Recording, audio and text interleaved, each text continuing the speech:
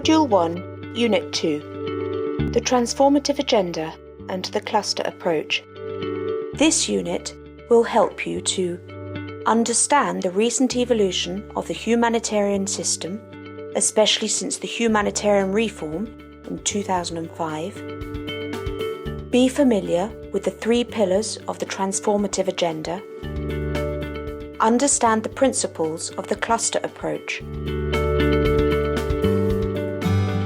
Daniel has heard a lot about the WASH platform coordination, also called cluster approach in emergency, in the context of coordination, but he's not sure what it exactly means and involves. Louise is happy to help him with this topic. Hi Louise, I will need your help to understand the last evolutions of the coordination mechanisms and how it works with the coordination platform. No problem, Daniel.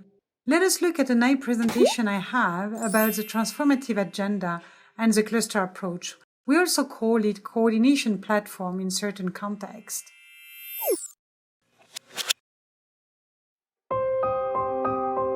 The humanitarian reform process was prompted by significant changes in humanitarian operations, with an ever-increasing number of humanitarian actors, greater competition for funding and resources, increased public scrutiny, and the changing role of the United Nations.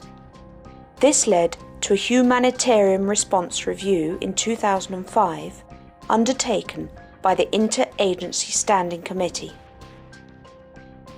The main objective of the reform was to improve the effectiveness of humanitarian response through greater predictability, accountability, responsibility, and partnership. However, challenges still remain in deploying adequate leadership, especially during Level 3 emergency, putting in place appropriate coordination mechanisms at various levels, and ensuring clear mutual accountabilities as evidenced by several major disasters over the past years. That is the reason why, building on the lessons learned in 2010 and 2011, the EASC principals decided to review the current approach to humanitarian response and make adjustments.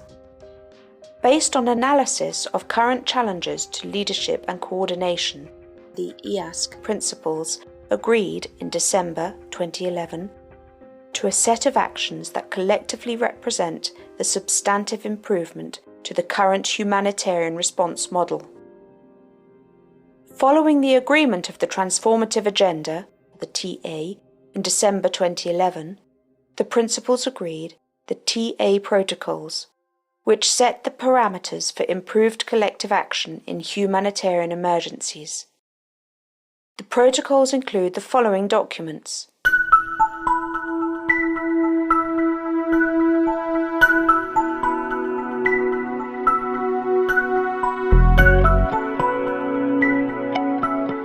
The transformative agenda is based on 3 pillars. Leadership. This pillar encompasses ensuring proper and effective leadership in a Level 3 emergency. In this case, the humanitarian coordinator will have more authority. He or she will be supported by a team of experts that will be deployed from the Interagency Rapid Response Team. The team will include cluster coordinators, additional OCHA capacity, and other technical expert support for assessment, information management, strategic planning, and flash appeal development. The second pillar is coordination. The activation of the cluster approach will be more strategic and be activated if HC and HCT deem it necessary.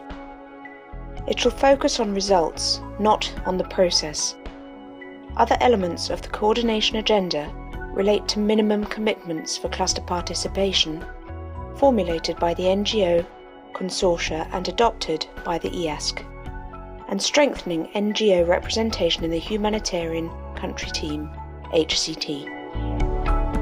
Finally, accountability.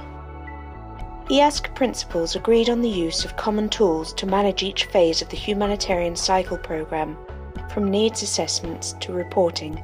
This will include an initial rapid multi-cluster needs assessment to identify main needs of affected populations in order to provide overall vision and initial priorities.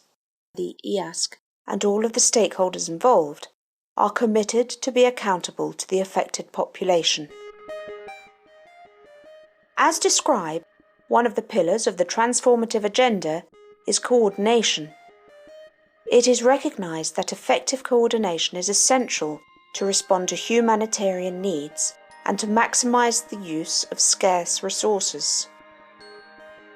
However, in the past this has been quite weak due to limited responsibility and accountability for coordination. The cluster approach, or coordination platform, has been introduced to address this limitation through designated cluster lead agencies at global and country levels. The EASC guidance note on using the cluster approach to strengthen humanitarian response provides further detail. Cluster are agreed by the Interagency Standing Committee and have clear responsibilities for coordination. The approach is used in case of all major new emergencies requiring a wide-ranging international response, Level 3, in all countries with a humanitarian coordinator, in all contingency planning for emergencies. Where the host government supports this approach, although government approval is not required, you are now probably wondering what's the difference between a cluster and a sector. For the purposes of this description, sectoral crisis coordination mechanisms are led by government and report to the designated government bodies. A formally activated cluster system usually reports to the HC and HCT and other forms of humanitarian coordination. It is a temporary coordination solution, only used when the capacity of existing coordination and response mechanisms are overwhelmed or constrained in their ability to appropriately respond to needs according to humanitarian principles. In some countries, coordination mechanisms are referred to as clusters, although there is no formally activated cluster approach. In essence, the name of the coordination mechanism does not matter, but a formally activated cluster has specific characteristics and accountabilities. It is, however, important to note that where leadership and accountability for coordination and response mechanisms remain within government, this does not restrict augmenting this with additional coordination capacity. For more information on how the EASC defines the difference between the cluster and the already existing coordination platform, you can refer to the EASC Cluster Coordination Reference Module 2 in the Resources folder.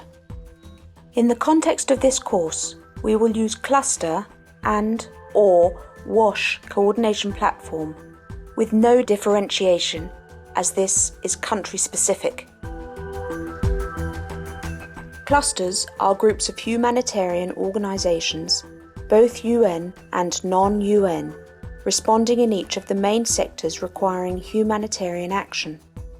There are 11 global clusters in line with sectors or areas of activities such as agriculture and livelihood, education, shelter, early recovery, camp coordination, food security, health, logistics, nutrition, protection, and WASH. All clusters have lead organisations known as cluster lead agencies, which operate at the global and country level. The lead agencies are responsible for strengthening system-wide preparedness and coordinating technical capacity to respond to humanitarian emergencies in their respective sector. The WASH cluster is led by UNICEF. Although the UNHCR has a lead role in Protection Cluster, it is important to note that in a refugee context, UNHCR has a mandated responsibility to lead and coordinate international action to refugee needs, and clusters are not established in this context. The different actors involved are at a global level, but also at a national level. Firstly, at global level are the Office for the Coordination of Humanitarian Affairs, OCHA, which is a branch of the UN Secretariat, created specifically to improve coordination between UN agencies and other organizations in areas affected by humanitarian crises. OCHA is not normally present in stable countries and intervenes only at the onset of a crisis that requires the joint effort of several UN agencies. The Emergency Relief Coordinator, the ERC, who is the head of the OCHA, the chair of the EASC, and reports to the UN Secretary-General, the ERC is responsible for the global coordination of humanitarian assistance. The Interagency Standing Committee, the EASC, that comprises major humanitarian actors including key UN agencies, IOM, the Red Cross Movement, and 3 international NGOs. It is important to note that the Red Cross is seated at the EASC as an observer. The UN Disaster Assessment and Coordination Team, UNDAC, which is a standby team of disaster management professionals. This team can be deployed within hours if requested by the RC or host government to carry out rapid assessments, establish cross-sector coordination and information management systems, and to support national authorities and the RC and HC in coordinating the international response. The Global Cluster Lead Agency, that, as I mentioned before, is the designated agency responsible in each cluster for ongoing standards and policy setting, building response capacity and operational support. Finally, the global cluster itself, which is made up of members of EASC and other humanitarian actors, including NGOs, the Red Cross Movement, UN agencies, consortia, institutions and donors, all with an interest and expertise in that sector. Secondly, at national level, the structure at country might vary from one country to another, but it mainly includes, as the state is responsible first and foremost to take care of the victims of national disasters and other emergencies occurring in its territory. The government has a primary role in organising the humanitarian assistance in a disaster. The Resident Coordinator, or RC, who is typically the most senior UN representative in country and represents all organisations of the UN, with a mandate to coordinate their activities. The RC chairs the UN country team and is appointed by the Secretary-General. The RC is responsible for interagency coordination in the initial response to a rapid onset emergency.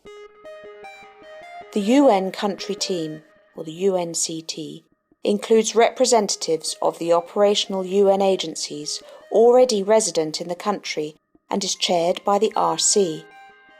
Its role in major new emergencies is limited, with primary responsibility being undertaken by a broad-based humanitarian country team, HCT, from the earliest stage. The Humanitarian Coordinator, or HC, whose overall responsibility is ensuring coherence of relief efforts in country, chairs the Humanitarian Country Team, works closely with the RC and is responsible to the Emergency Relief Coordinator. The appointment of an HC signals the need for a long-term humanitarian presence in the country. The Humanitarian Country Team, HCT, is composed of the cross-sectoral EASC representatives who are in country responding to a disaster. Also known as the EASC Country Team or Task Force, the Humanitarian Country Team has overall responsibility for mounting a coordinated humanitarian response. The Country Cluster Lead Agency is appointed by the HC and takes responsibility for ensuring effective leadership and coordination of a particular cluster at country level.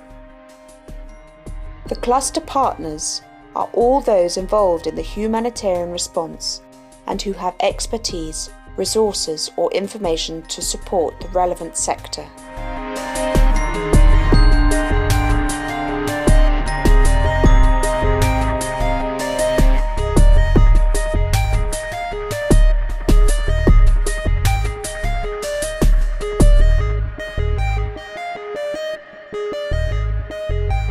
Thank you very much, Louise. All this is very interesting. With all those elements, I could prepare a short presentation about the humanitarian reform and the cluster approach. What do you think? Good idea, Daniel.